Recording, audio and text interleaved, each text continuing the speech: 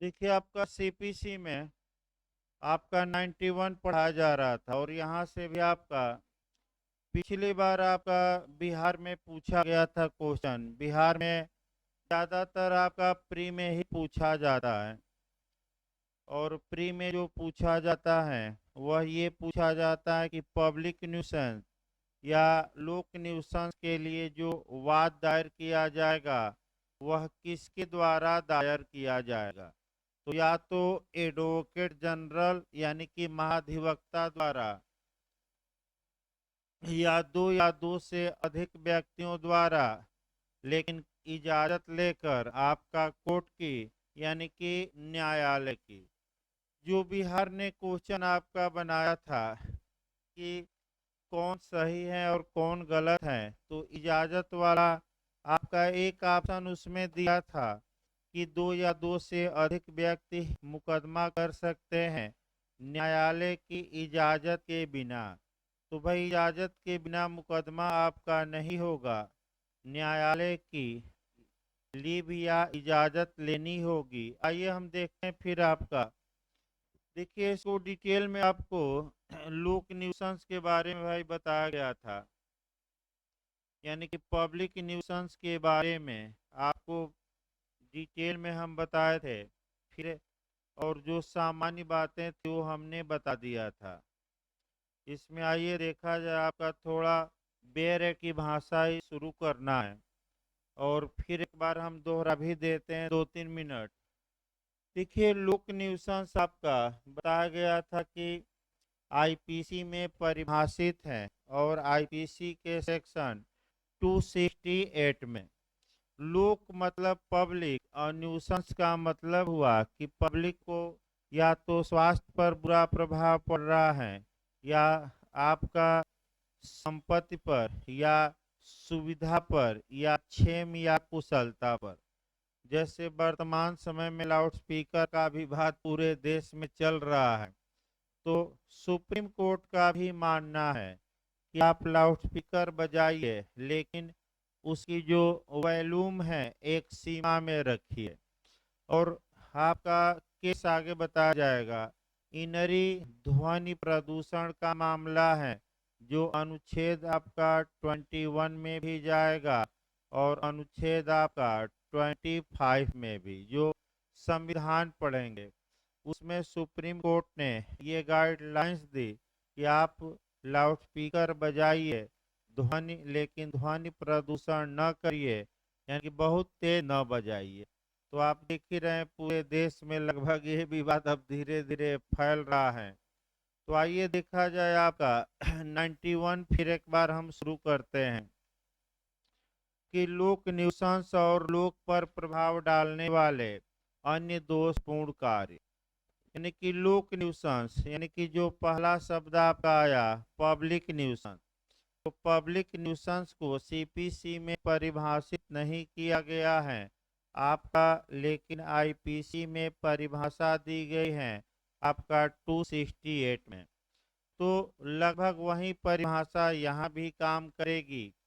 तो लोक न्यूसेंस या अन्य ऐसे दोषपूर्ण कार्य की दशा में जिससे लोक पर प्रभाव पड़ता है या प्रभाव पड़ना संभाव्य है। इसका मतलब कि अगर पब्लिक न्यूसेंस है तब मुकदमा सिविल सूट लाना हो, या ऐसा रांगफुल एक्ट किसी व्यक्ति ने किया है जिसे आम जनता पर यानी कि पब्लिक पर या तो प्रभाव पड़ा है या भविष्य में प्रभाव पड़ने की संभावना है। जैसे लाउडस्पीकर विवाद ही ले लीजिए, भविष्य में अगर ये बहुत तेज बचाया जाता है तो इसे पब्लिक न्यूसेंस हो सकता है। तो ये संभावना है। और पड़ता है का मतलब कि कार्य किया जा चुका है, और संभावना मतलब कि आगे यह कार्य क्या किया जा सकता है,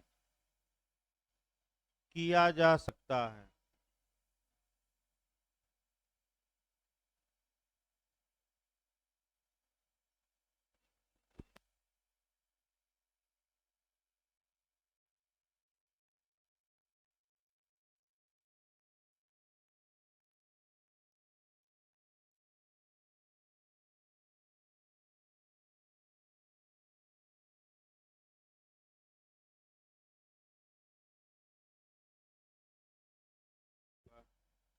लोग पर प्रभाव पड़ता है या पड़ना संभाव्य है। अब किसके किसके लिए मुकदमा 91 के तहत लाएंगे, ये हो सकता है नया क्वेश्चन बन जाए। तो पहला आपका है डिक्लेरेशन के लिए यानी कि घोषणा के लिए, दूसरा इंजक्शन या व्यादेश के लिए, और तीसरा अदर रिलीफ यानी कि अन्य अनुतोष के लिए जो मामले की परिस्थितियों में समुचित हो। तो यही तीनों शब्द आपका देखना है। पहला किसके लिए मुकदमा ला सकते हैं, घोषणा के लिए, डिक्लेरेशन के लिए। दूसरा किसके लिए लाया जा सकता है मुकदमा, इंजक्शन के लिए यानी कि व्यादेश के लिए। और तीसरा शब्द ये है अदर रिलीफ यानी कि अन्य अनुतोष। आपका अन्य अनुतोष, अब यही तीनों आपका तोड़ना है। अगर घोषणा के लिए मुकदमा लाया जाता है तो ऐसी दशा में कौन सा कानून काम करेगा और उस कानून की धारा कौन काम करेगी, या तो अलग से या बैरेट पर लिख लेना चाहिए। तो अगर डिक्लेरेशन के लिए मुकदमा लाना चाहते हैं तो ये विनिर्दिष्ट अनुतोष अधिनियम 1963 यानी कि स्पेसिफिक रिलीफ एक्ट 1963 अप्लाई होगा। और उसकी दो धाराएं आपको याद रखना है। ये सारे कहा जाता है, ये सारे की धारा 34 और 35। बिहार लगातार इस पर क्वेश्चन प्री में बिहार में ही बनता है भाई एसआरए से। आपका यानी कि एक उदाहरण देखा जाए, मान लीजिए ए एक व्यक्ति हैं और लोग भाई उस लोग माने ए एक व्यक्ति हैं और वह चाहता है कि न्यायालय इस बात की घोषणा कर दे कि यह जो कुआं है उसका पर्सनल कुआं है यानी कि व्यक्तिगत कुआं है। तो ऐसी दशा में जो लोग ये कहते हैं कि ये सार्वजनिक कुआं है, उनके खिलाफ वह मुकदमा करेगा और ये मांग कर सकता है कि न्यायालय केवल इस बात की डिक्लेरेशन कर दे कि ये मेरा व्यक्तिगत कुआं है। तो डिक्लेरेटरी वार्ड यानी कि आपका घोषणात्मक डिग्री इस सेक्शन के तहत दी गई है ये सारे के। तो कौन से सेक्शन के तहत, 34 के तहत। जो बिहार लगातार क्वेश्चन बन रहा है वह आपका बन रहा है धारा 35 एसआरए से। और उसमें ये पूछा जा रहा है कि घोषणात्मक डिक्री का इफेक्ट क्या होगा, घोषणात्मक डिक्री का प्रभाव क्या होगा। तो घोषणात्मक डिक्री का प्रभाव जो आपका बिहार पूछा है 2 बार, जजमेंट इन पर्सोनम होगा कि जजमेंट इन रेम होगा, यही बार बार पूछा जा रहा है। यानी कि उस डिक्री का प्रभाव व्यक्तिबंधी होगा कि लोकलक्षी या सर्वबंधी होगा। तो व्यक्तिबंधी होगा यानी कि पक्षकार ही केवल बाध्य होंगे, अन्य लोग उस डिक्री से बाध्य नहीं होंगे। आपका लोकलक्षी या रेम ना मार दीजिएगा, यही गलती होती है बिहार में। यानी कि आपका घोषणा के लिए बात 34 में, घोषणात्मक डिक्री 34 में, उस घोषणा का प्रभाव एसआरए की धारा 35 में केवल पक्षकार और उनके विधिक प्रतिनिधि बाध्य होंगे उस घोषणा से, अन्य कोई थर्ड पर्सन प्रभावित नहीं होगा। अब आइए इंजेक्शन। अब यानी कि अगर पब्लिक न्यूसेंस है या कोई रॉन्गफुल एक्ट है जिससे पब्लिक पर इफेक्ट पड़ता है तो आप उसको रोकने के लिए इंजेक्शन की मांग कर सकते हैं मुकदमा करके कि हजूर आप व्यादेश जारी करिए। अब व्यादेश आपका किस धारा से गवर्न होगा, किस कानून से गवर्न होगा। तो अगर टेम्पररी या अस्थायी व्यादेश है तो सीपीसी के आदेश 39 से कवर होगा। और अगर आपका परपिचुअल है या अस्थाई है या शाश्वत है तो ये सारे में जाएगा सेक्शन 38 से लेकर 42 तक। फिर एक बार समझिए, अगर व्यादेश अस्थाई है तो इसका प्रावधान जो किया गया है वह सीपीसी में ही किया गया है, और वह आपका सेक्शन आपका 94 में और आर्डर 39 में। अगर व्यादेश अस्थाई चाहते हैं जो डिक्री के माध्यम से दिया जाता है वह सीपीसी में से गवर्न नहीं होगा, वह एसआरए की धारा 38 से लेकर कहाँ तक दिया गया है 42। तीसरा आपका अन्य अनुतोष दिया है शब्द। अदर रिलीफ का मतलब क्षतिपूर्ति या मुआवजा या डैमेजेज मांगिए, यानी कि हजूर हमें इस लोक न्यूसन से आपका नुकसान पहुंचा है, अतः हमें मुआवजा या क्षतिपूर्ति दिलवाया जाए। तो यहाँ भी आपका बिहार और यूपी में क्वेश्चन बनता है कई राज्यों में कि पब्लिक न्यूसेंस के लिए कब क्षतिपूर्ति की मांग की जा सकती है। तो बस एक लाइन दिमाग में बैठाए रहेगा कि जब उस पब्लिक न्यूसेंस से किसी व्यक्ति को स्पेसिफिक या विशिष्ट नुकसान हुआ हो। और सबसे अच्छा उदाहरण आपका रोड का मैं बता रहा हूँ। ये एक व्यक्ति है जो रोड पर गड्ढा खोद दिया है और तमाम लोग आ जा रहे हैं, बाइक धीरे करके चले जा रहे हैं। एक बाइक वाला आया और उस गड्ढे में गिर गया, उसका पैर टूट गया, तो उसे अन्य लोगों से विशिष्ट या अलग क्षति हुई है। तो ऐसी दशा में वह सीपीसी की धारा 91 के तहत मुकदमा करके क्या मांग सकता है, मुआवजा। तो अन्य अनुतोष का मतलब इसमें क्या समाहित है, आपका डैमेजेज। तो भाई तीन याद रखिए किसके लिए मुकदमा लाया जाएगा, पब्लिक न्यूसेंस या के मामले में घोषणा के लिए। दूसरा क्या हुआ, व्यादेश के लिए। तीसरा क्या हुआ, अन्य अनुतोष के लिए। अगला देखिए, तो ऐसी दशा में मुकदमा कौन लाएगा, ये आपका स्पष्ट बताया गया है। तो पहला एडवोकेट जनरल ला सकते हैं, यानी कि महाधिवक्ता। अगर महाधिवक्ता लाते हैं तो न्यायालय की इजाजत लेने की कोई आवश्यकता नहीं है, याद रखिए। तो अब आपका संविधान में भी जाना पड़ेगा कि एडवोकेट जनरल के बारे में प्रावधान किस आर्टिकल में है। आपका पिछली बार एमपी में ये क्वेश्चन बना भी था कि महाधिवक्ता किस अनुच्छेद में प्रावधानित है। तो अनुच्छेद 165, यानी कि महाधिवक्ता के बारे में प्रावधान अनुच्छेद 165 में किया गया है। ये राज्य का सबसे बड़ा सरकारी वकील होता है। ये कैबिनेट मंत्री के स्तर के बराबर होता है और यही एक पदाधिकारी है जो सदन का सदस्य नहीं होता, मंत्री नहीं होता, लेकिन विधानसभा और विधान परिषद में बैठ सकता है, बोल सकता है, अपनी बातें रख सकता है, लेकिन मत देने का हकदार नहीं होगा।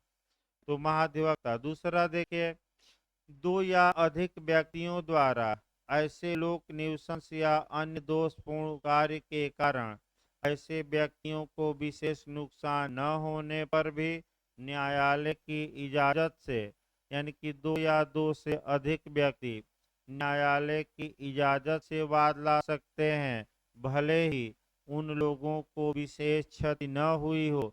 तो क्या लोक न्यूसेंस के मामले में विशेष क्षति का होना आवश्यक है? नहीं। ये बिहार देखिए कैसे फंसाया। दो या दो से अधिक व्यक्ति लाएंगे, न्यायालय की इजाजत के बिना लाएंगे, न्यायालय की इजाजत से लाएंगे, उनको विशेष क्षति होना आवश्यक है, विशेष क्षति होना आवश्यक नहीं है। इनमें से कौन सही है, एक सही है कि दो सही है कि तीन चार सही है, यही सब भरमाया था। तो कंसेप्ट याद रखिए, कम से कम कितने व्यक्ति, दो। किसकी इजाजत से, न्यायालय की। न्यायालय की इजाजत के बिना नहीं ला सकते और इन्हें विशेष क्षति होना आवश्यक नहीं है, क्योंकि पब्लिक न्यूसेंस का मामला है। तो जैसे जितने बाइक वाले जा रहे हैं, भले उन्हें विशेष क्षति न हुई हो और गड्ढा खोदा गया है तो उनमें से कोई दो मुकदमा ला सकता है। जो आपका सेकंड दूसरा खंड है ये प्राइवेट न्यूसेंस के बारे में है। अर्थात आपका प्राइवेट न्यूसेंस का मतलब ये हुआ कि व्यक्तिगत न्यूसेंस में पूरे समाज को नुकसान नहीं पहुंचता, एक या दो व्यक्तियों को नुकसान पहुंचता है। तो ऐसी दशा में आपका क्या व्यक्तिगत न्यूसेंस के लिए मुकदमा लाया जा सकता है कि नहीं लाया जा सकता है? और इसके लिए क्या वसूला जा सकता है? मुकदमा घोषणा के लिए भी आप वाद ला सकते हैं, व्यादेश के लिए भी ला सकते हैं, मुआवजा के लिए भी ला सकते हैं। पहले एक व्यक्तिगत न्यूसेंस को जानिए।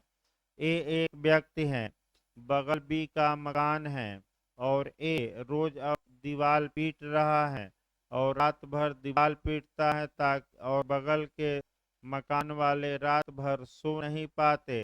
तो ये पूरे मोहल्ले को नहीं जगा रहा है, किसको जगा रहा है? बगल वाले को। तो इस न्यूसेंस से किस पर प्रभाव पड़ा? आम जनता पर कि एक या दो व्यक्तियों पर या कुछ व्यक्तियों पर? आम जनता पर नहीं पड़ा है, बगल वाले पर पड़ा है। तो ये लोक न्यूसेंस होगा कि प्राइवेट न्यूसेंस?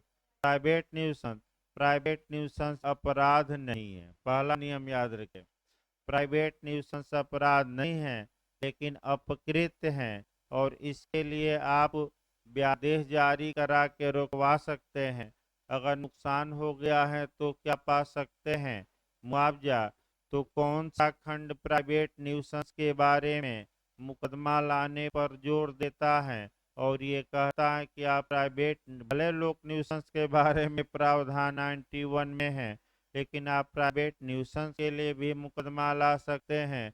खंड 2। अब देखिए आपका इस धारा की कोई भी बात वाद के किसी ऐसे अधिकार को परिसीमित करने वाली नहीं समझी जाएगी या उस पर अन्यथा प्रभाव डालने वाली नहीं समझी जाएगी जिसका अस्तित्व इसके उपबंधों से स्वतंत्र है। यानी कि लोक न्यूसेंस से जिसका अस्तित्व स्वतंत्र है। तो लोक न्यूसेंस से बाहर कौन सा न्यूसेंस जाएगा? प्राइवेट। यानी कि सीधे नहीं लिखा है, वो इतना घुमा दिया है कि आपका इसका मतलब एक लाइन ये हुआ कि यह खंड ये बताता है कि प्राइवेट न्यूसेंस के मामले में 91 का क्लाज 1 कोई प्रभाव नहीं डालेगा। यानी कि प्राइवेट न्यूसेंस के लिए आपका फिर याद रखिए ये दो या दो से अधिक व्यक्ति और महाधिवक्ता की आवश्यकता नहीं पड़ेगी। ये किसके लिए केवल आवश्यकता पड़ेगी? लोक न्यूसेंस। प्राइवेट न्यूसेंस आप स्वयं दायर करिए। तो इस प्रकार 91 हो गई। अब 92 आइए। 92 भी आपका पूछा जाता है। लोक पूर्त कार्य या इसका मतलब ये हुआ कि लोक पूर्त कार्य का मतलब क्या हुआ? यानी कि पब्लिक चैरिटी। चैरिटी न है तो लिख लीजिए आपका चैरिटी माने धर्मार्थ कहा जाता है। चैरिटी का जो अर्थ होता है धर्मार्थ, या हम कह सकते हैं खैराती, ना तो लिख लीजिएगा खैराती या निःशुल्क है, ना तो दो तीन शब्द बेरक पर लिख लीजिए तो खैराती या निःशुल्क या सार्वजनिक न्यास ट्रस्ट। तो पहले तो एक ट्रस्ट समझिए और तब आपका देखा जाए। हाँ, इसमें आपका ये देखिए पहला क्वेश्चन जो प्री में उठता है कि लोक पूर्त कार्य के लिए प्रावधान जो झारखंड में भी दिया है कि किस सेक्शन में है। तो सेक्शन याद रखिएगा 92। फिर आपका पूछा गया है कि 92 किस न्यास के मामले में लागू होगी? खैराती न्यास के मामले में, यानी कि या सार्वजनिक न्यास के मामले में, कि प्राइवेट या व्यक्तिगत न्यास के मामले में, तो 92 का नियम आपका केवल और केवल आपका जो लागू होगा वह सार्वजनिक न्यास के मामले में। अगर किसी व्यक्ति का प्राइवेट न्यास है, व्यक्तिगत न्यास है, तो उस मामले में ये अप्लाई नहीं होगा। और एशिया का सबसे बड़ा जो न्यास है वह आपका यूपी में ही है, केपी ट्रस्ट है। मैं बता दूं, जो ये सीएमपी देख रहे हैं, चौधरी महादेव प्रसाद विधि महाविद्यालय, ये आपका कह सकते हैं कि ये ट्रस्ट के माध्यम से चलता है और उस ट्रस्ट का नाम है केपी ट्रस्ट आपका।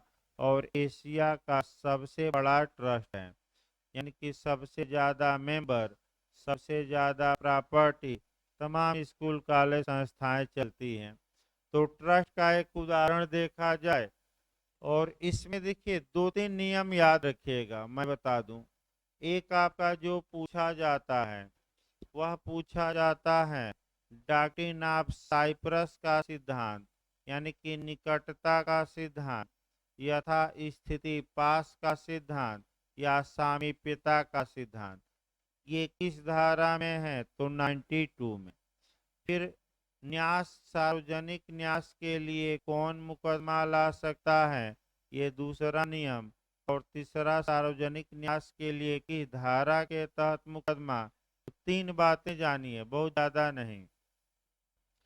पहला नियम ये आया पहले न्यास एक बना दिया जाए भाई। मान लीजिए ये एक मकान है और ए इसका स्वामी है, और ए ने इस मकान से न्यास बनाया, और ये हुआ कि इस मकान में या इस मकान से उत्पन्न आय का प्रयोग बूढ़े लोगों को, यानी कि प्रौढ़ शिक्षा में किया जाएगा। प्रौढ़ शिक्षा यानी कि बूढ़े लोगों को क्या करने में? पढ़ाने में। भाई, तो ऐसी दशा में ये सार्वजनिक, मैंने मान लीजिए कि आपका न्यास हुआ, इस और ए ने न्यासी एक को नियुक्त कर दिया जाए बी को, यानी कि बी का कर्तव्य होगा इस मकान की देख रेख करे, इससे किराया वसूले, और जो भी किराया आए आपका जो बूढ़े लोग हैं उनकी शिक्षा की व्यवस्था में क्या करे? खर्चा। यही तो हुआ न्यास मतलब। अब ऐसी दशा में आगे बढ़िए, अगर भी आपका ये जो पैसा है, ये न्यास का जो पैसा है अपने हित में प्रयोग करता है, उसका मिसयूज करता है या गबन कर लेता है, न्यास के पैसे या संपत्ति में अमानत में खयानत डाल देता है, यानी कि आपराधिक न्यास भंग कर देता है, यानी कि क्रिमिनल ब्रीच ऑफ ट्रस्ट कर देता है, या घोटाला कर देता है, या न्यास या मनमाना कार्य करता है, तो ऐसी दशा में कौन मुकदमा ला सकता है बी के विरुद्ध? ये समस्या है। तो पहला है महाधिवक्ता। तो बताया गया किस अनुच्छेद में महाधिवक्ता है? 165। और दूसरा आपका दो या दो से अधिक व्यक्ति ला सकते हैं, लेकिन किसकी इजाजत से? न्यायालय के। यानी कि दो या दो से अधिक व्यक्ति जो न्यास में हित रखते हैं वे ला सकते हैं। तो न्यास में हित कौन रखते हैं? तो जो पढ़ने वाले हैं, यानी कि दो प्रौढ़ या बूढ़े लोग मुकदमा ला सकते हैं न्यायालय की इजाजत से, और मांग कर सकते हैं कि न्यास हमारे पढ़ने के लिए सृजित हुआ, और ये आदमी क्या कर रहा है? दूसरा कार्य कर रहा है, अतः इसे न्यासी से हटाया जाए, या इसे आदेशित किया जाए कि हमारे फेवर में कार्य करे, हमारी पढ़ाई लिखाई के लिए क्या करे? काम। दूसरा आपका महत्वपूर्ण ये है कि आपका ऐसा मुकदमा कहाँ दायर किया जाएगा? तो आपका जिला जज के न्यायालय में, या राज्य सरकार ने अगर इसके लिए कोई अन्य न्यायालय स्पेशल बनाया हो तो उस न्यायालय में, यानी कि ट्रस्ट के मामले कहाँ चलते हैं? डीजे के कोर्ट में। किस कोर्ट में? जिला जज। अब आइए, मान लीजिए सभी बूढ़े लोग पढ़ लिए। अब आगे आइए, डॉक्ट्रिन ऑफ साइप्रस। साइप्रस जब भी पढ़िएगा, टीपीए की एक और धारा याद रखिएगा, 26, यानी कि टीपीए की धारा 26 और आपका सीपीसी की कौन सी धारा, 92, दोनों एक साथ पढ़ना है। देखिए, टीपीए की धारा 26 में अगर कंडीशन प्रेसिडेंट है, पूर्ववर्ती शर्त लगी है, अगर मने आपका अंतरण में, तो पहले शर्त का पालन करना होगा। तो शर्त का पालन कैसे करना है? सारतः करना है कि अक्षरशः करना है? सारतः। और इसी को हम डॉक्ट्रिन ऑफ साइप्रस कहते हैं। अब 92 में भी डॉक्ट्रिन ऑफ साइप्रस समाहित है। भाई गलत न हो, आपका कह सकते हैं कि खंड 3 में, यानी कि धारा 92 के क्लाज 3 में डॉक्ट्रिन ऑफ साइप्रस का सिद्धांत समाहित है और उसी को अच्छे से जानना है। देखिए, सभी बूढ़े लोग पढ़ लिए, मैंने आपका साक्षर हो गए। तो न्यास का उद्देश्य ये था कि भाई बूढ़े लोगों को शिक्षा दिया जाए। सभी बूढ़े लोग पढ़ लिए, तो अब अगर न्यास के पैसे का प्रयोग आपका बच्चों की शिक्षा के लिए किया जाए, तो यानी कि जो उद्देश्य था उसी से मिलता जुलता उद्देश्य की पूर्ति के लिए उस पैसे का प्रयोग किया जा सकता है, मिलता जुलता। तो इसी को हम एक लाइन में क्या कहते हैं? Doctrine of cy-près. यानी कि जब बूढ़ा पढ़ लिए, तो अब भाई पढ़ लिए और आय उत्पन्न हो ही रही है न्यास से, तो किसकी शिक्षा में लगा दिया जाए पैसा? बच्चों की। तो ये वैध होगा कि अवैध? वैध, क्योंकि ये डॉक्ट्रिन ऑफ क्या कहलाएगा? साइप्रस। यानी कि उसी से मिलता जुलता आप क्या कर दिए हैं? कार्य। अगला देखिए, 92 आपका समाप्त हो गई, तो आपका 93 देखा जाए, प्रेसिडेंसी नगरों से बाहर महाधिवक्ता की शक्तियों का प्रयोग, ये भी छोड़ दीजिएगा, ये भी नहीं पूछा जाता। अब आइए, जो क्वेश्चन आपका बनता है, आपका भाग 6। भाग 6 से आपका क्वेश्चन बनता है, आपका सप्लीमेंटल प्रोसीडिंग, यानी कि पूरक कार्यवाहियां या अनुपूरक कार्यवाहियां। भाग 6, धारा 94 और 95, यहाँ से आपका क्वेश्चन बनता है। देखिए, आपका कैसे कोरिलेट करके पढ़ना है। पहले तो ये जानिए कि जो सप्लीमेंटल या सप्लीमेंट्री कार्यवाही होती हैं, वह क्या होती हैं, इसका उद्देश्य क्या होता है, और मैंने ऐसी कार्यवाहियों को क्यों आपका मैंने कानूनों में दिया जाता है। तो भाई इसको भी अच्छे से जानना है। सप्लीमेंट्री कार्यवाही का मतलब हुआ अनुपूरक। अनुपूरक का मतलब ये हुआ कि न्याय के उद्देश्यों को विफल होने से रोकने के लिए, यानी कि जस्टिस का मर्डर न हो जाए, न्याय की हत्या न हो जाए, या कुल मिलाकर न्याय की हत्या को रोकने के लिए जस्टिस फेल न मार जाए, न्याय विफल न मार जाए। अर्थात इसका मतलब ये हुआ कि कोई पक्षकार आपका अगर डिक्री से बचना, फिर एक बार देखिए, कुल मिलाकर आपका न्याय के उद्देश्यों को विफल होने से रोकने के लिए, अर्थात न्याय की हत्या रोकने के लिए, अर्थात न्याय प्रशासन को अच्छे ढंग से सुचारू रूप से चलाने के लिए न्यायालयों को कानून द्वारा कुछ शक्तियां दी जाती हैं, ताकि उन शक्तियों का प्रयोग करके न्यायालय न्याय की हत्या को क्या करे, रोक सके। और ऐसी दशा में इन्हीं शक्तियों को सप्लीमेंट्री प्रोसीडिंग कहते हैं, पूरक शक्तियां कहते हैं। पहले तो ये कंसेप्ट बनाइए कि ये शक्ति होती क्या है। दूसरा आपका इस शक्ति का उद्देश्य बताया गया कि न्याय को विफल होने से रोकना और न्याय प्रशासन को सुचारू रूप से क्या करना, चलाना।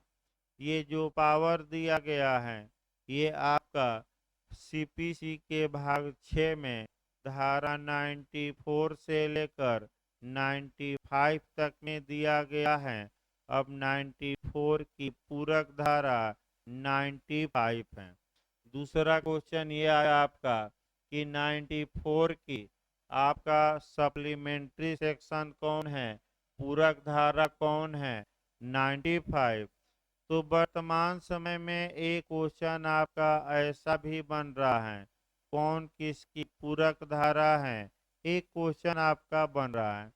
तो सीपीसी में जितनी पूरक धाराएं हैं, एक जगह मैं फिर लिख रहा हूँ, आपका 22 की पूरक धारा 23 है, यानी कि 22 की पूरक धारा कौन है, 23। फिर 30 की पूरक धारा 32 है, ये रट्टा मार कर जाइएगा। यानी कि 95 केवल 94 के लिए काम करेगी, 23 केवल किसके लिए काम करेगी, 22 के लिए, और 32 पूरी सीपीसी के लिए नहीं, केवल किसके लिए काम करेगी, धारा आपका 30 के लिए। इसका मतलब ये हुआ। तो पूरक धाराएं भी आपका पूछी जाती हैं, इसमें कोई शक नहीं है। अब आगे इसमें बढ़ा जाए। आखिर जो आपका कह सकते हैं कि 90, हाँ अगला क्वेश्चन आपका प्री के लिए कि सीपीसी की किस धारा में आपका सबसे अधिक प्रतिकर का उल्लेख किया गया है। तो वह 95 में है।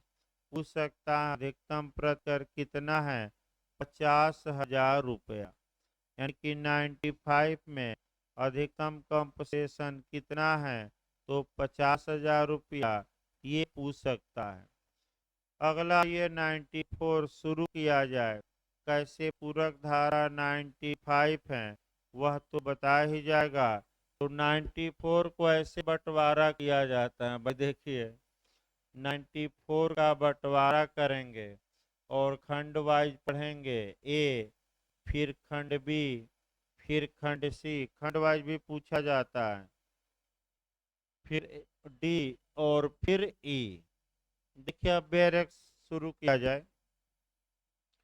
न्यायालय न्याय के उद्देश्यों का विफल किया जाना निवारित यानी कि रोकने के लिए उस दशा में जिसमें ऐसा करना विहित हो।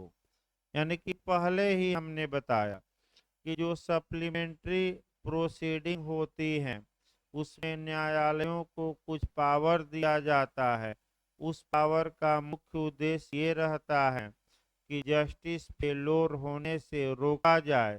तो स्पष्ट ये भी बेरेट कहता है कि न्याय को विफल होने से क्या करने के लिए, रोकने के लिए। भाई न्यायालय क्या कर सकता है, तो उस दशा में जो विहित हो, तो तुरंत आपका दिमाग जाना चाहिए। कई बार मैं बताया हूँ विहित हो का मतलब क्या हुआ। तो विहित की परिभाषा 216 में दी गई है धारा, और विहित मतलब नियमों द्वारा विहित। नियम कहाँ दिए गए हैं, प्रथम अनुसूची में 51 आदेश हैं और उन्हीं आदेशों में क्या दिए गए हैं, नियम। तो आइए अब क्या क्या न्यायालय कर सकता है उसी लिस्ट को देखना है और इसको आर्डर से जोड़ते रहना है। देखिए पहला, प्रतिवादी को गिरफ्तार करने के लिए और न्यायालय के सामने उसको इस बात का हेतुक, हेतुक माने कारण, ना तो लिख लीजिएगा, हेतुक दर्शित करने के लिए लाए जाने के लिए कि उसे उपसंजात होने के लिए प्रतिभूति क्यों न देनी चाहिए, वारंट निकाल सकेगा।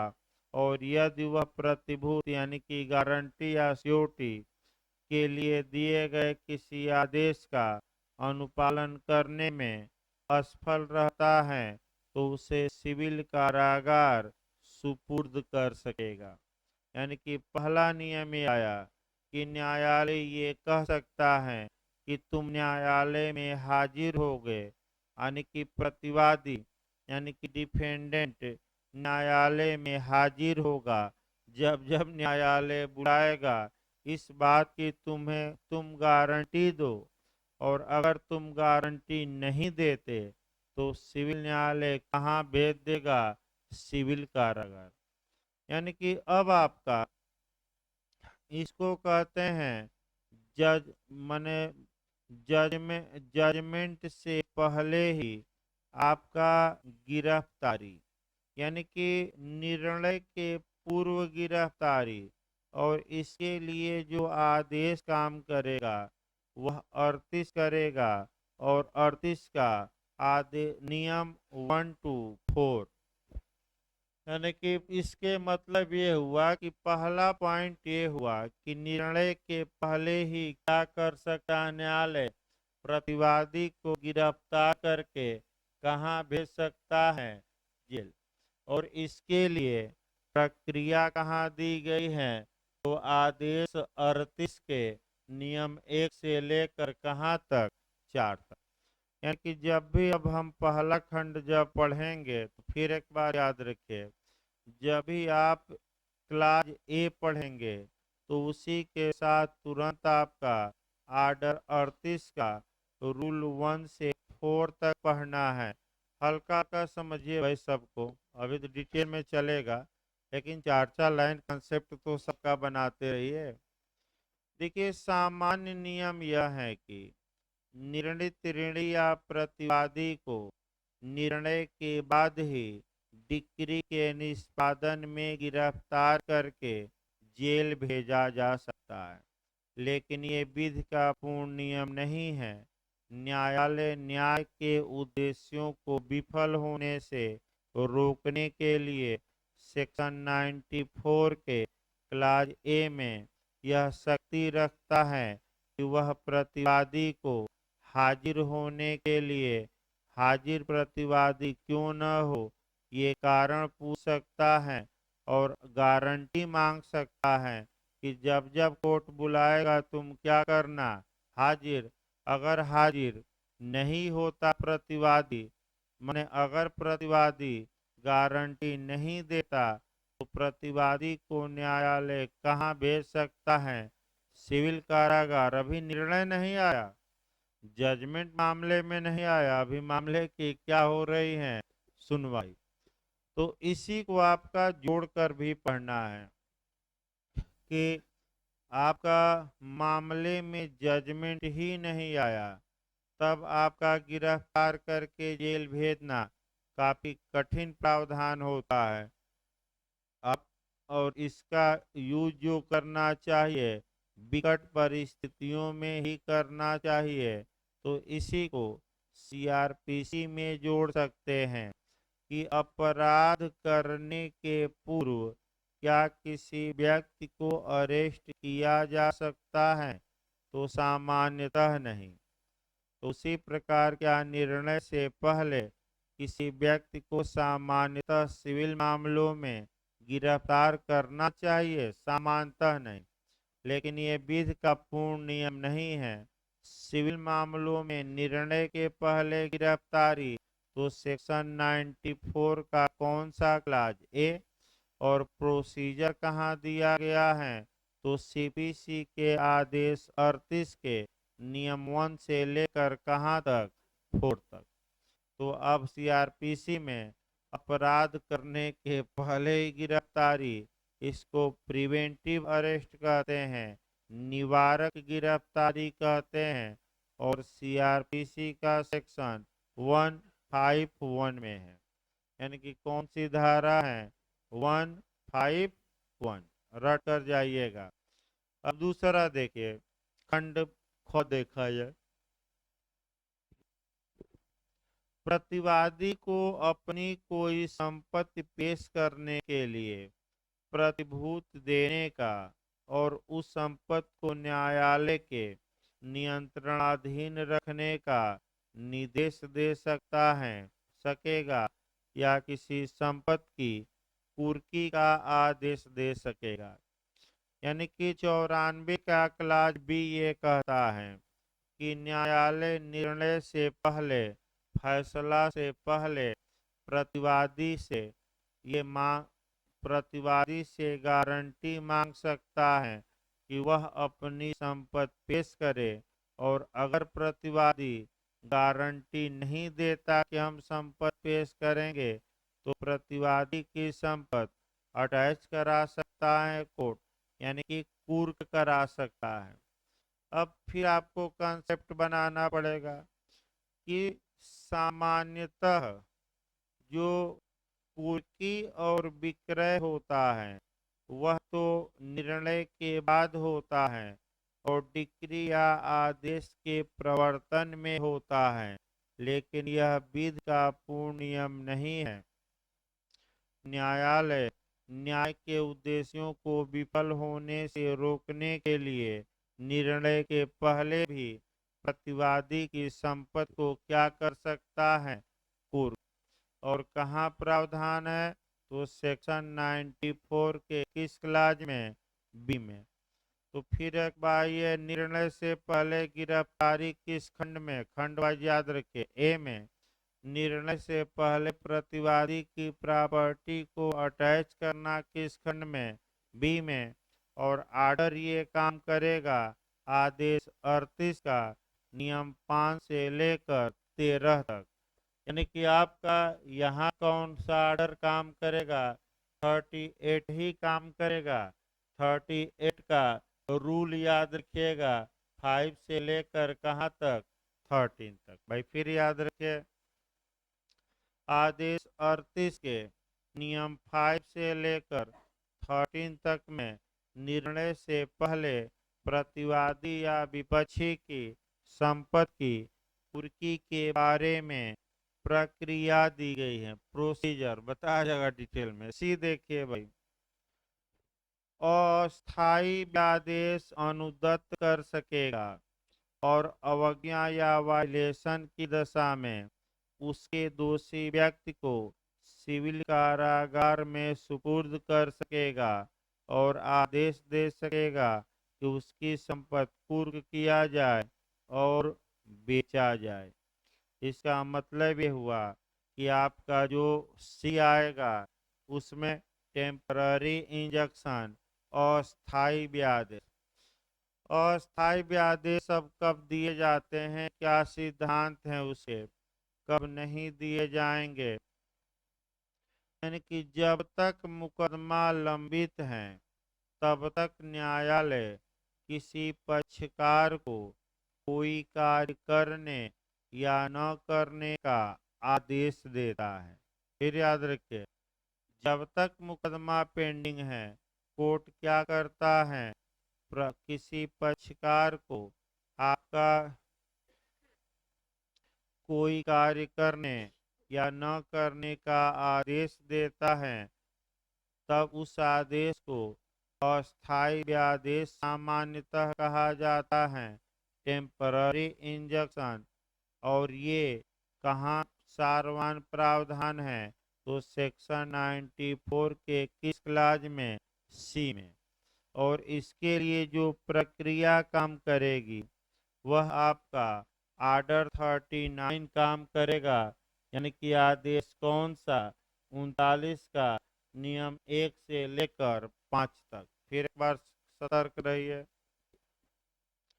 यानी कि टेम्पररी इंजेक्शन जब भी पढ़ेंगे तो आपका बिहार और बिहार ने तो अस्थायी व्यादेश किन सिद्धांतों से शासित होते हैं, अलग से बिहार ने आपका सिद्धांत भी पूछ लिया है, प्रिंसिपल तो अलग हम बताएंगे।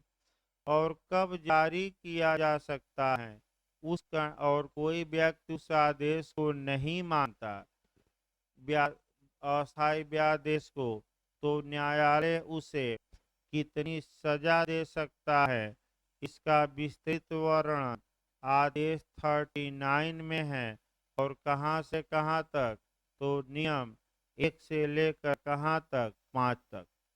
डी आइए भाई, किसी संपत्ति का रिसीवर नियुक्त कर सकेगा और उसकी संपत्ति को कुर्क करके या उसका विक्रय करके उसके कर्तव्यों का पालन करा सकेगा। तो रिसीवर की नियुक्ति आपका धारा 94 के किस क्लाज में, डी में।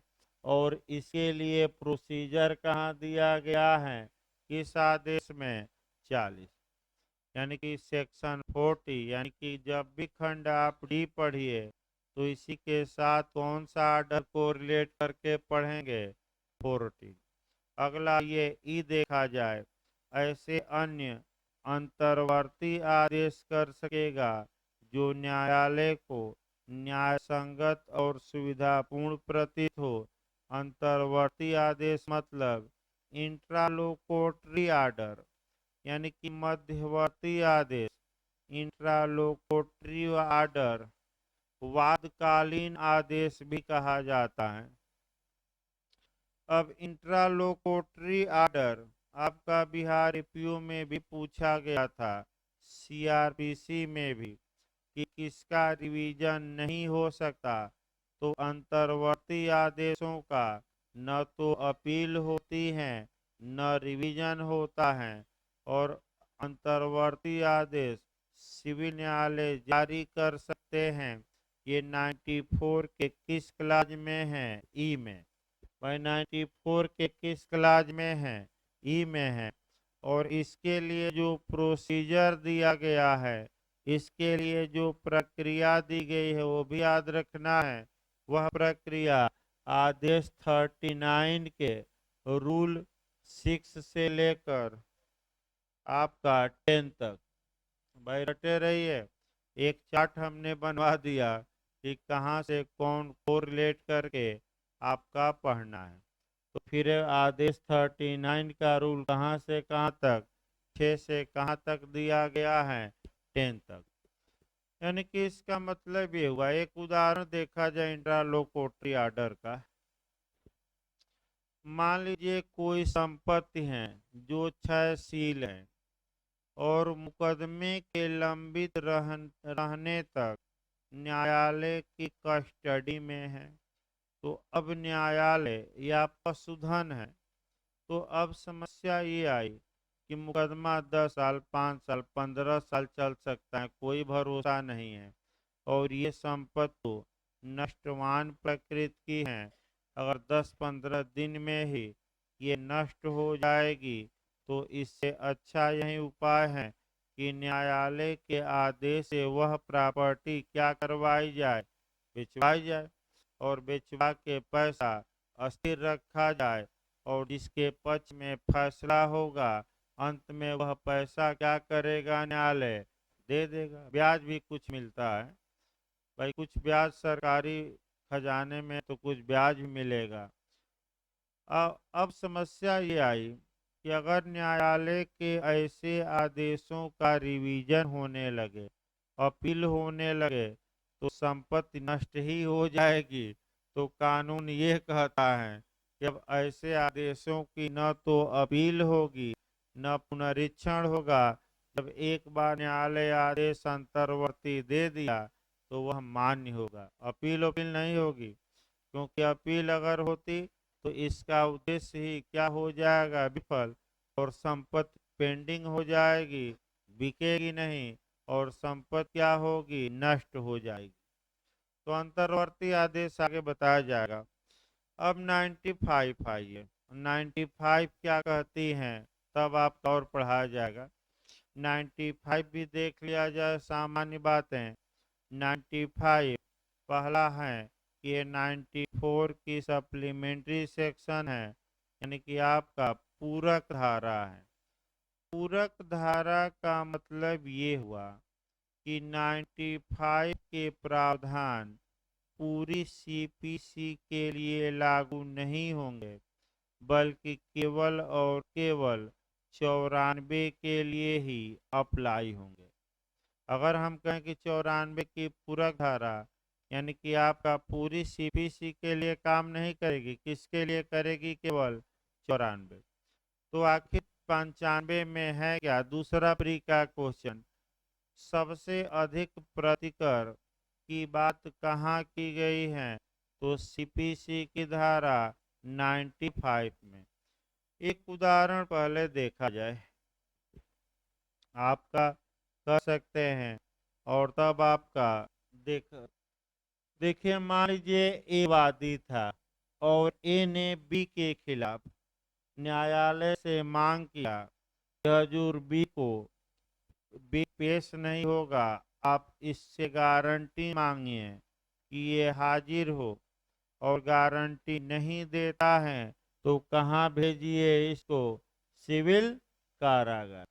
तो हाजिर होने के लिए बी से गारंटी मांगी गई और बी अगर प्रतिभूति नहीं देता तो सिविल कारागार भेजा जाएगा, निर्णय से पहले ही। निर्णय के बाद नहीं, ये सब कार्रवाई कब है?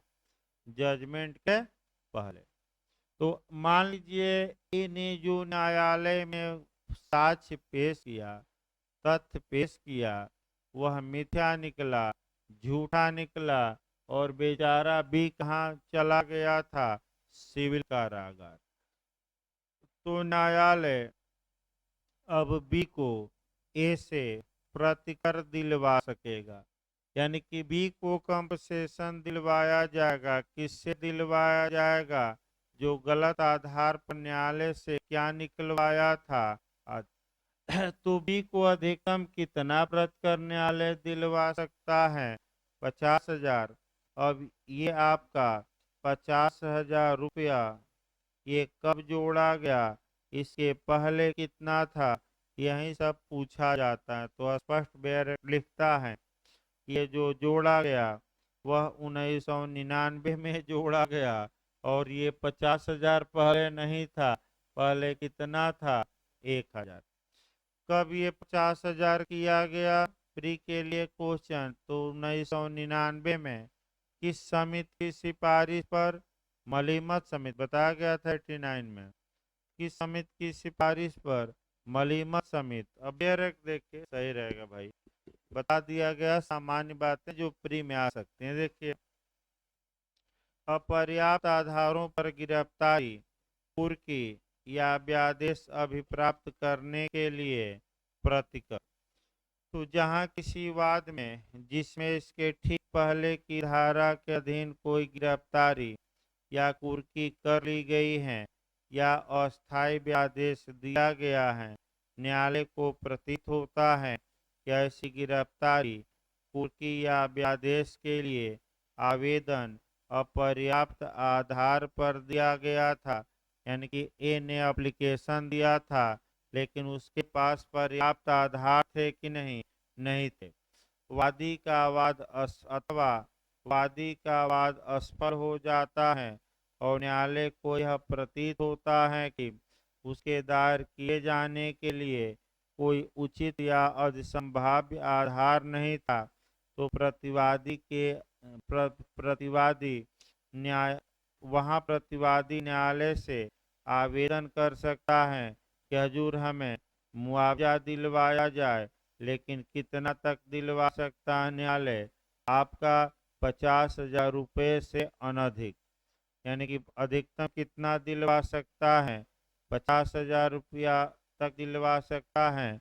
लेकिन जो न्यायालय की धन संबंधी सीमा है उसका भी ध्यान रखा जाएगा। और क्या आपका अलग वाद लाया जाएगा? नया वाद कि उसी न्यायालय में एप्लीकेशन देकर मांग करेंगे। तो फर्दर सूट या अपर वाद पर क्या लगा दी गई है? रोक। यानी कि आप नया मुकदमा न लाइए, उसी न्यायालय में एक क्या दीजिए? एप्लीकेशन कि हजूर हमारे खिलाफ गलत तरीके से मुकदमा दायर किया गया, गलत आधार था, या हमें गलत आधार पर बिना किसी आधार के फर्जी आधार पेश करके वादी कहाँ भिजवा दिया? जेल। या हमारे खिलाफ आदेश जारी करा दिया, हमारी संपत्ति को कुर्क करा दिया।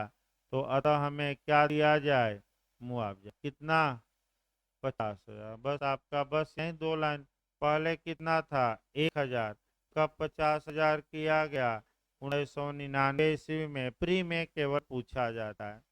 और अपरवाद का वर्जन भी किया गया है खंड 2 में कि आप एप्लीकेशन देकर मांग करेंगे उसी मुकदमे में, नया वाद दायर नहीं करेंगे कि चलो नया वाद दायर किया जाए। अब आपका आगे देखा जाए इसमें। देखिए इसको, चलिए सेक्शन देखते हैं फिर आपका।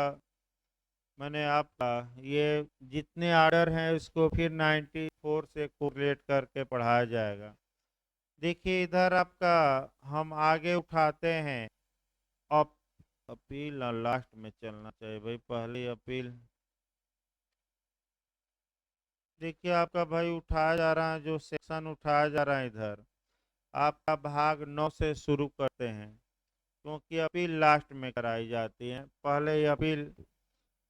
इधर जो आपका सीपीसी में सेक्शन 116 से लेकर बेयर एक्ट पर ही बस अंडरलाइन करिए, ज्यादा नहीं। जहाँ लिख मैंने बेयर एक्ट पर ही आपका एक एक दो दो लाइन पढ़ना है प्री के लिए। इधर 116 से लेकर 158 तक की जो धाराएं हैं, इसमें आपका 3-4 क्वेश्चन ही मेंस के लिए बनते हैं, 4-5 क्वेश्चन। और जितनी धाराएं हैं आपका प्री के लिए बनती हैं, तो अब आपका ये धाराएं प्री की स्टाइल में ज़्यादा चलेंगी और जो मेंस में बनता है उसको डिटेल में। क्योंकि एमपी का एग्जाम है तो प्रयास किया जाए कि इधर आपका एमपी के पहले इधर 2-4 सेक्शन के अलावा और सेक्शन कम से कम समाप्त हो जाए। हो भी जाएगा क्योंकि इधर की धाराओं में समय नहीं लगता। देखिए आपका भाई भाग 9 देखिए। भाग 9 जब भी पढ़िए तो आप भाग 9 को कह सकते हैं कि छोड़ सकते हैं पूरी तरह। बस एक लाइन आप पढ़ सकते हैं, ज़्यादा पढ़ना हो तो 119 यानी कि धारा 119 पढ़ सकते हैं कि अनऑथराइज पर्सन न्यायालय को संबोधित नहीं कर सकेंगे। यानी कि ये नहीं किया ऐरा गैर नथु नथु खैरा कहा जाता है ना, यानी कि कोई और न्यायालय में क्या करे, बहस शुरू कर दे, तो कौन बहस शुरू करेगा? या तो पक्षकार स्वयं करे न्यायालय की इजाजत लेकर, या पक्षकार ने क्या नियुक्त किया है, अपना अधिवक्ता नियुक्त किया है, या न्यायालय जिसे अथराइज किया है। अब ये नहीं कि कोई आकर बहसी करने लगे, तो कोई आकर बहसी करने लगे तो अधिवक्ता साहब की फीस का क्या होगा? कि तो आम आदमी आकर भी अपनी बातें न्यायालय में क्या करेगा?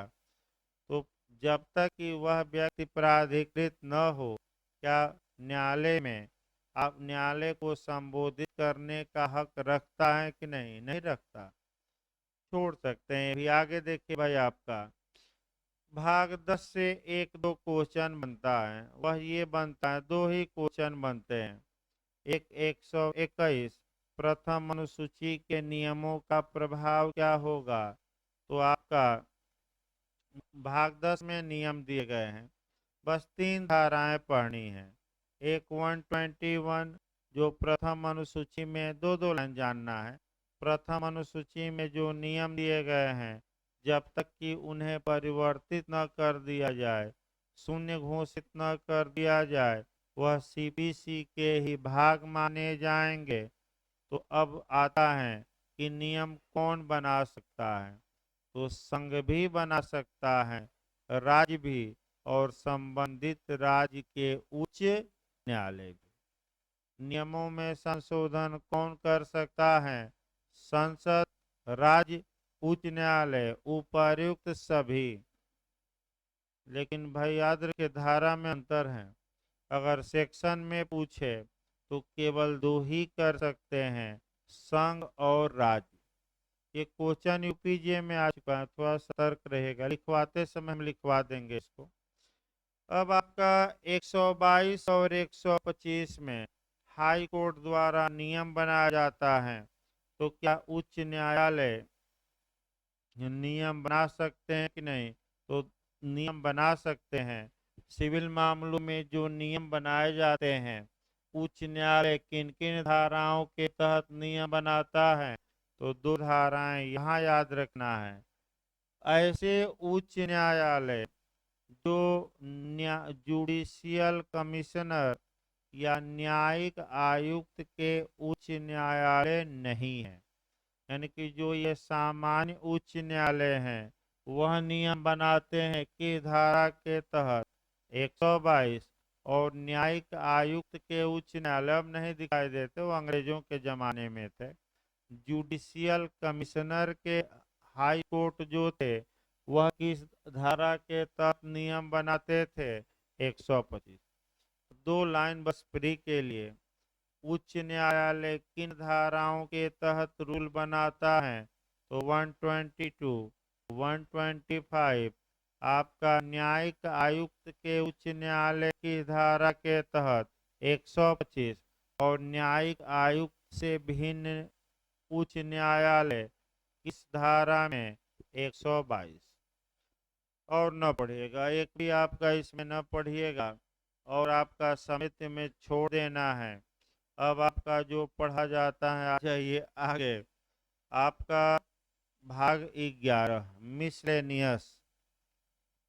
भाग 11 से फिर क्वेश्चन बनना शुरू हो जाता है। आपका जो पार्ट 11 है इससे भाई आपका प्री में क्वेश्चन बनता है। पिछली बार भी आपका जे में 132 से क्वेश्चन यूपी जे में बना था। देखिए आपका सामान्य नियम यह है कि भाई व्यक्तियों को कोर्ट में बुलाया जाना चाहिए, लेकिन कुछ ऐसे व्यक्ति हैं जिन्हें न्यायालय में हाजिर होने से क्या मिली है, छूट।